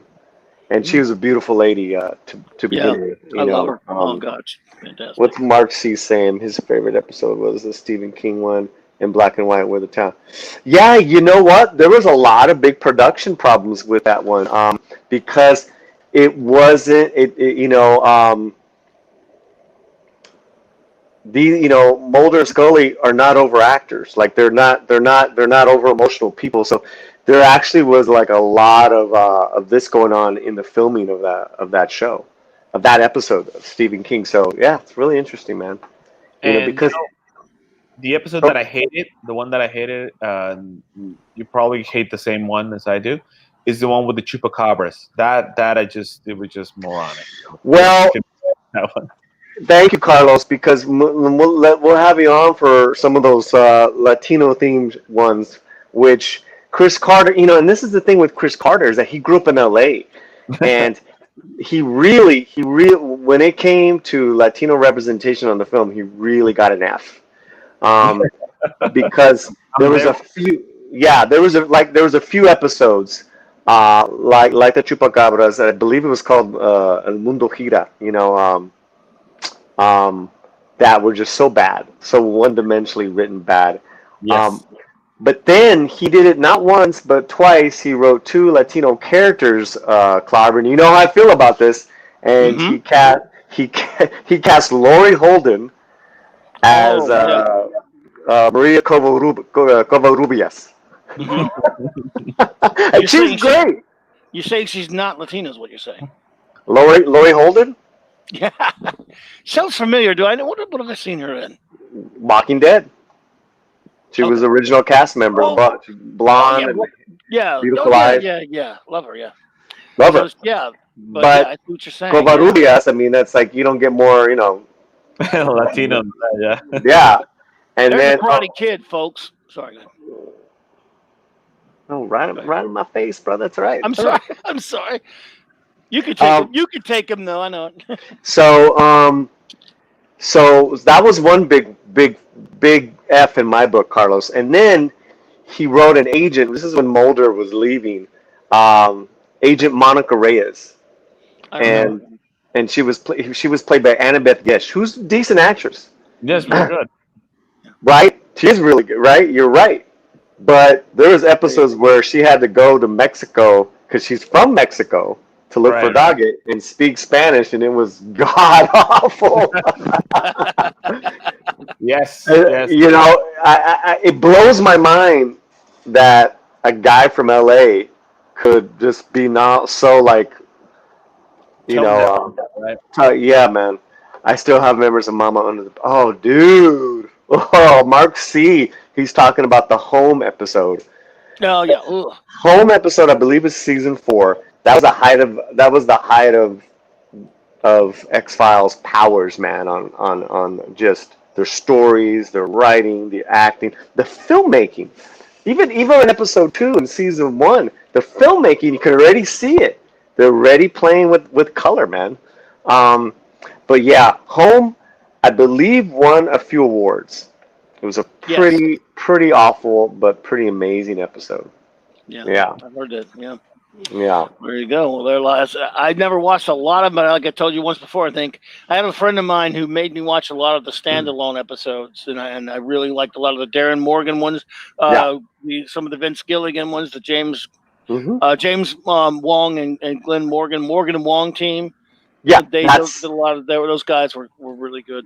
and that's actually Deep Throat. That's actually the first episode, which is right out the gate, man. Wong and Morgan are producing that episode, and it's so good. It's this Thursday night, guys, on my channel. Please, everyone's welcome. 8 o'clock. If you don't have them, you can find them on Hulu, right? So yeah. Well, we're gonna watch it via Hulu, and then so if people don't have Hulu, you can go to our Discord, and we're gonna play it on the Discord channel. Gotcha. And we figured that out. Oh, excellent. Yeah. Excellent, sir. Yes. Excellent. Now I will say, and I've said this on a couple of streams. I don't know if Mark C knows this or Carlos, but they are bringing X-Files back as an animated show, a la Lower Decks, and it's pretty. It sounds pretty awful. Wow. Well, Lower Decks is pretty awful. Yeah. And, Yeah. You know, and I consider myself a Trekkie, but not as big as Mike. You know, I enjoy the show. I enjoy the movies, and you know, I even enjoy the J.J. Abrams. Don't movies. start that crap. I will kill you right there. Oh my God. Everyone else is entitled to their opinion except you. I just want you to know that. I saw two episodes of Lower Decks, or 3, and I'm like, I cannot believe this is being produced, and they're actually expecting it to succeed. I just don't get it. Just do not understand why they think it was a good idea. I just don't think. Maybe this Polly will get them to reconsider the X-Men cartoon, the non-success of Lower Decks, or is it already pretty much coming out soon? It's already made. It's actually not. It's actually in pitch mode with the first. They're looking, but it. You know what sucks is that Carter's executive producer, and I forgot the animated team behind it. I forgot what else they've done. I got you. But it sounds god awful. It just sounds god awful. Yeah. You know. So many other things you can do than that, and I love animation. You know, they keep taking all the animation I love. They keep canceling or getting rid of it, and we don't get any of that. But no, they want to do stuff like that. So like they canceled Venture Brothers. You know, they canceled Venture Brothers. We only got 2 seasons of Avengers: Earth's Mightiest Heroes, which was amazing. God, it was so great. Yeah, love it. And now in I think it was 2 seasons of Young Justice, which was really good, and then the 3rd season was not that good. So that was really sad. So back on that episode of Home, it was written by Glenn Morgan, who was Darren's brother, and James Wong. Those 3 wrote it, and that's in season 4. Mark C. Yeah. Oh my God. Darren wrote some insane stuff, and they were great, but they were out. I mean, every time it was an episode he did, it's almost in a sense an event, because it's like so removed from the regular series, because it's always like a fun, crazy ride that feels a little separate in a way. It does, because you also get to see your heroes, Scully and Mulder, act differently, be different. You're just like, wait, what? You know? Yeah, you've got Clive Bruckman's Final Repose, Mm-hmm. War of the Concrophages, Mm-hmm. was there Quagmire? He mostly wrote Jose Chung's From Outer Space. Oh my God, that was. See, I've seen Yeah, it. and he had a couple of new ones in the latest He iteration did. of X-Files. Yeah, they were pretty good. The Weir Man? Yeah, that one had a Kolchak character, and I've told you about Kolchak, the Night Stalker, the show that Chris Carter was sort of inspired for, from the early '70s. Great horror television show that only lasted one season with Darren McGavin, and there's a character in that where Darren Morgan, one in the new show you're talking about, that dressed like him, and it was hilarious. Yeah. I love Kolchak. That was a great show. Yeah, I do too, Mark. Mark, I just want an honest Star Trek TNG cartoon filmation style. I'd take it.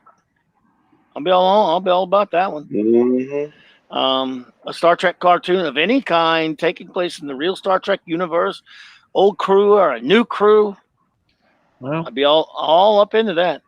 well. But I happened. do have a question just before because I'm gonna have to go in a little while because sadly I have to eat at certain times and I was supposed to eat at 10 and now I'm up to eat at 11. Yeah. It's a long. I'm on a diet. I work out every day. It's the whole thing. But I just need to ask you something, Paulie. It just for not judging, just wanting to know. I see that you have a poster of Phantom Menace right behind you. Oh yeah. Did you like that movie? Just wanting to know. Because I mean, I love Star Wars, but Your mic's off, Paulie. The prequels just were not my thing. But just wanted to know. I mean, do you enjoy that movie? Do you like it? You see something good in it? Your mic's mic, off, brother. mic. Your mic is off, brother. Damn, it's still okay. There we go. Okay. I can't say I enjoyed it. I think I endure it like anyone else. I think there's some good parts to it. But if you notice, I got the gold sticker on it. Okay. I bought this before the movie came out. Yeah. Yes. So it's more of a badge of honor. I like it. So there. A lot of people were expecting it to be just this amazing movie. I mean, I remember seeing the first trailer, and I saw, damn, I'm down for it. I'm excited for it. And then I saw the movie when it came out here in Mexico. I saw it when I was in Mexico City, and I went to the midnight screening. And as I was watching this movie, I'm like, it's gonna get good. I mean, it has everything to get good. It's gonna get good. It didn't. He has all the money in the world. He has all the all the fans are on his side. Everybody's been wanting to see it. He has a great cast, except Jake Lloyd. But he has a great cast. What's going on? I mean, it's not as good as they expected. It's not even well done. I mean, I'm bored, but I just didn't want to admit it. Very boring. I saw it a second time that Saturday with my friend, with another group of friends. You have friends? You changed the deodorant again? Sorry. I'm just gonna kill you. That's what I'm gonna do. So I'm talking to my friends, and I said, "Come on, guys, am I crazy? Was that just awful?" And it took us like a little while for us to just kind of admit to each other that it's just not good. And it was kind of funny. The one movie that I think helped me see how bad that was is The Matrix came out the same year. And Matrix, I mean, the first movie was such an amazing movie. And I was like, that's what it should have been, That's how he should have used the special effects. That's how you tell a story about a man, discovering, that he's the chosen one. Not with Jake Lloyd, getting on a ship and accidentally, destroying the bad guys. I'm like, no, that's not how it works. Well, it had its faults, I agree. But I mean, compared to this new trash, I'll take it any day. Oh, you mean the sequel trilogy? Yeah. Oh my God! But hey guys, I gotta go. I got you. Well, thanks for being here, buddy. I'm absolutely thrilled. You guys, I was always wanted to you guys to get to meet each other, and I hope, again, I appreciate being on with you the other day. Yeah. And thank you for coming on, man. I know you got a busy things going on and stuff out there, bro, but I do appreciate it. Nice to meet you, my friend. You too, Carlos. Boss. Have See you later. fun. Okay. Bye bye. Take care, brother. See you All later, right, man. peace. Man, Hmm? that was a fun time. What's that? I said that was a fun time. It's always funny, you Yeah, you it start passes talking about fast. you start talking about comic books and about comic book movies and just geek stuff, and just time just flows by. Yeah, I mean, look, dude, the other day, it does. I mean, it was I sat for a 12-hour stream the other day with a whole bunch of other people, and we were goofing around and, goofing on the DC crap and the panels and hanging out and talking. It didn't feel like 12. I mean, it's not easy sitting folded up in a damn chair for that long, but it didn't feel that long at all to me because it was just having a good time. It was pretty cool. So, and these shows always go by fast for me. I gotta go soon, but just That's cool. in closing, what did they solve in the DC fandom? Did they talk about anything that's coming out that's worth it? Well, you know me about their modern stuff, but unlike the first one, they actually did talk about something called comic books. Remember those? Oh yes. I mean, again, forget whether I like what they're talking about and as irrelevant. I'm just saying they actually talked about comic books that are coming out, which they did pretty much almost zero of, or close to like 2% of their whole thing the first time was comic books. It was all movies and TV and video games and stuff. This time it was more of a mix, but they talked about a lot of comics. It was something that, again, that did not, the comics they talked about, none of it really interested me, mind you, but I was giving them some points for that. At least it was stuff that they're comic books that they were planning, that they were going to be coming out with, even though we all know DC is pretty much going to be dead soon anyway. The two comic books that I've been reading from DC that I've actually enjoyed, actually it's three. It's the deceased stuff. They talked about that. They did a whole panel on that.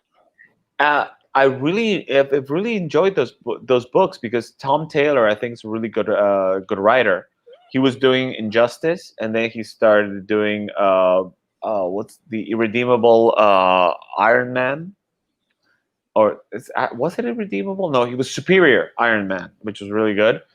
And now he's doing Deceased, and I thought I would hate like a DC zombies kind of book, but Deceased is really good.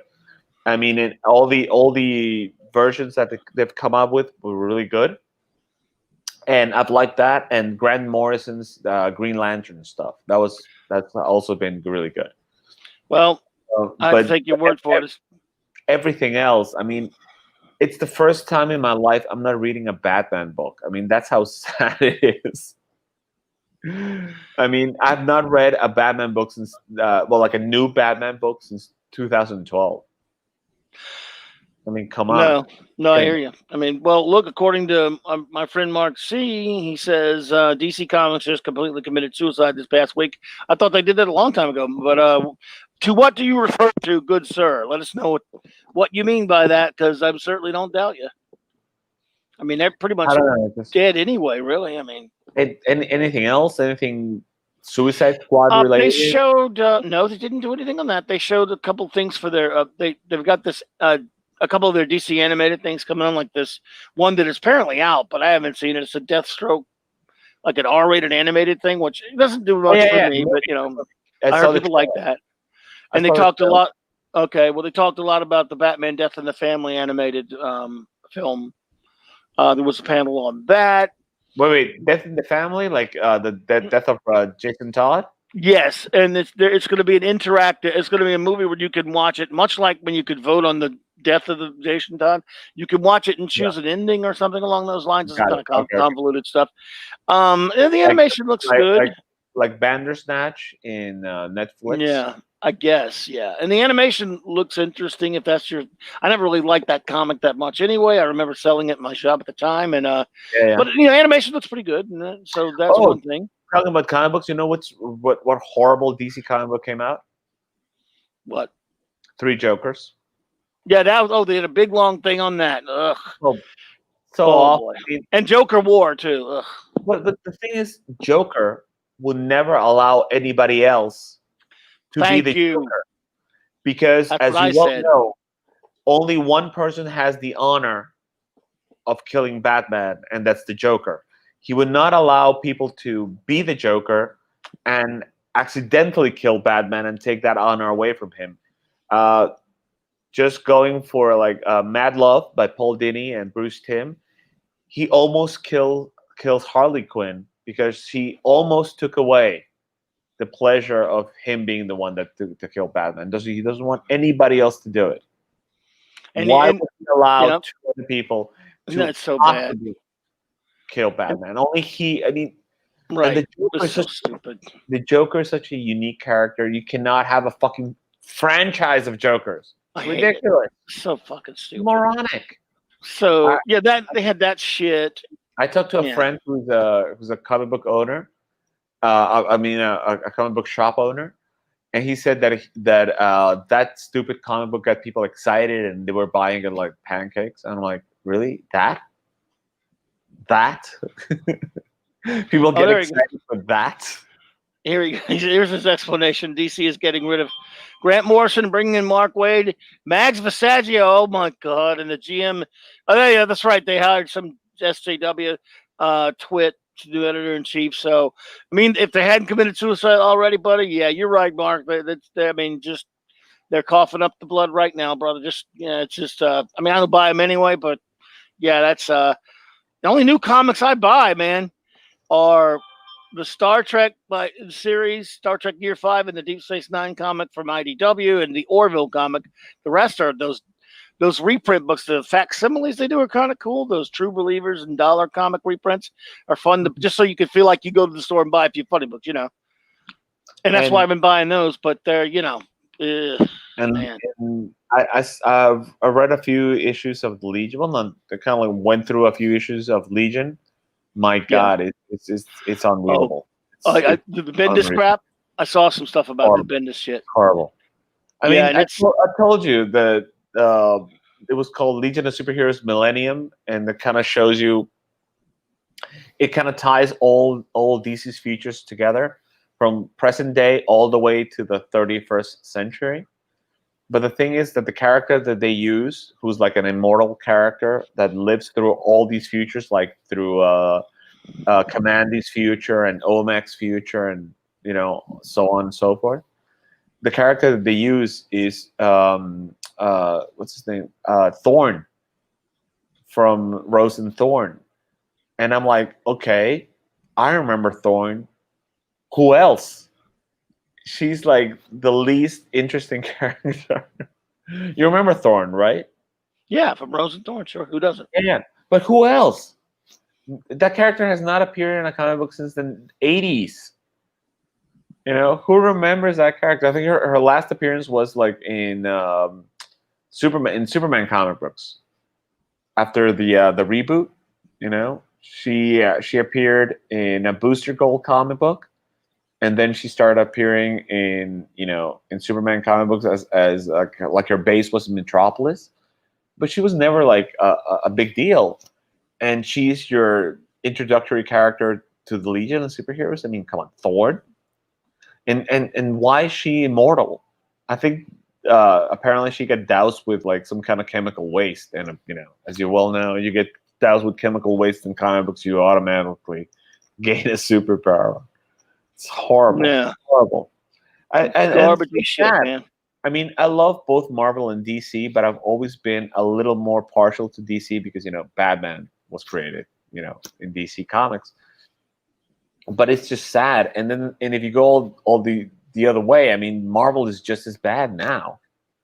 I mean, I'm not reading any Marvel comics, any new Marvel comics. Nothing draws my attention.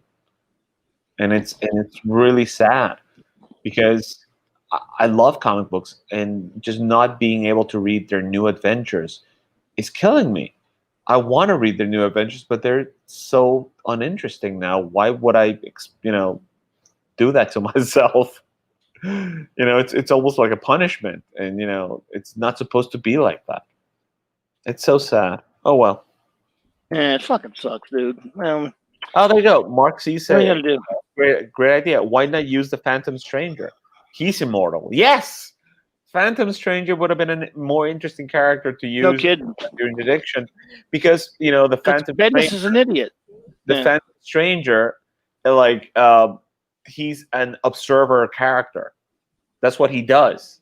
He stands to the side and he observes. So you could have observed all these futures, all the passage of time, and also he's like a magical character, and the Legion does not have that many magical characters. It has one white witch and one evil bad guy, Mordru, and you could have tied that all together in a bow.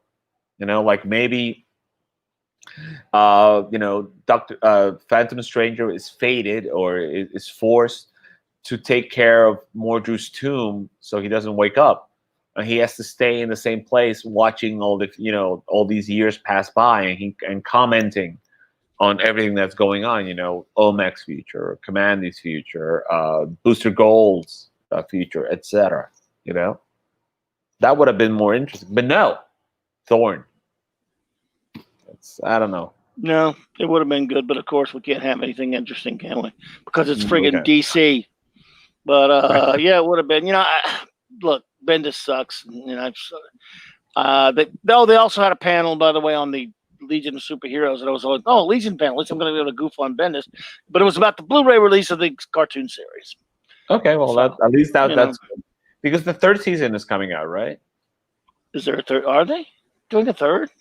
I think they decided that you can't get actors together to do a series, but you can get artists to get together and draw a cartoon. So I think that's why a lot of we're going to be getting a lot of animated shows now. Well, I hope we can get some good ones. It'd be nice. Well, the Young Justice, the third season wasn't as good. Let's hope the fourth season gets better. And somewhere I read that they were planning to do a third season of the Legion of Superheroes. The first two seasons were pretty good. I tried, man. I tried my ass off with that show because I can't get past the look and some of the stupid shit, the way they look. I hate the way Timberwolf looks. I hate that Brainiac 5 is a Transformer. I hate the way Bouncing Boy looks. But you see, I hate that I know they couldn't use Superboy, but now I wish you can go back now and redub all that and go on Superboy. Let me tell you something. It's tough, man. I know. I hear you. You did not see the last episode, because at the end, Brainiac becomes a real boy. They were doing kind of like a Tokyo thing there.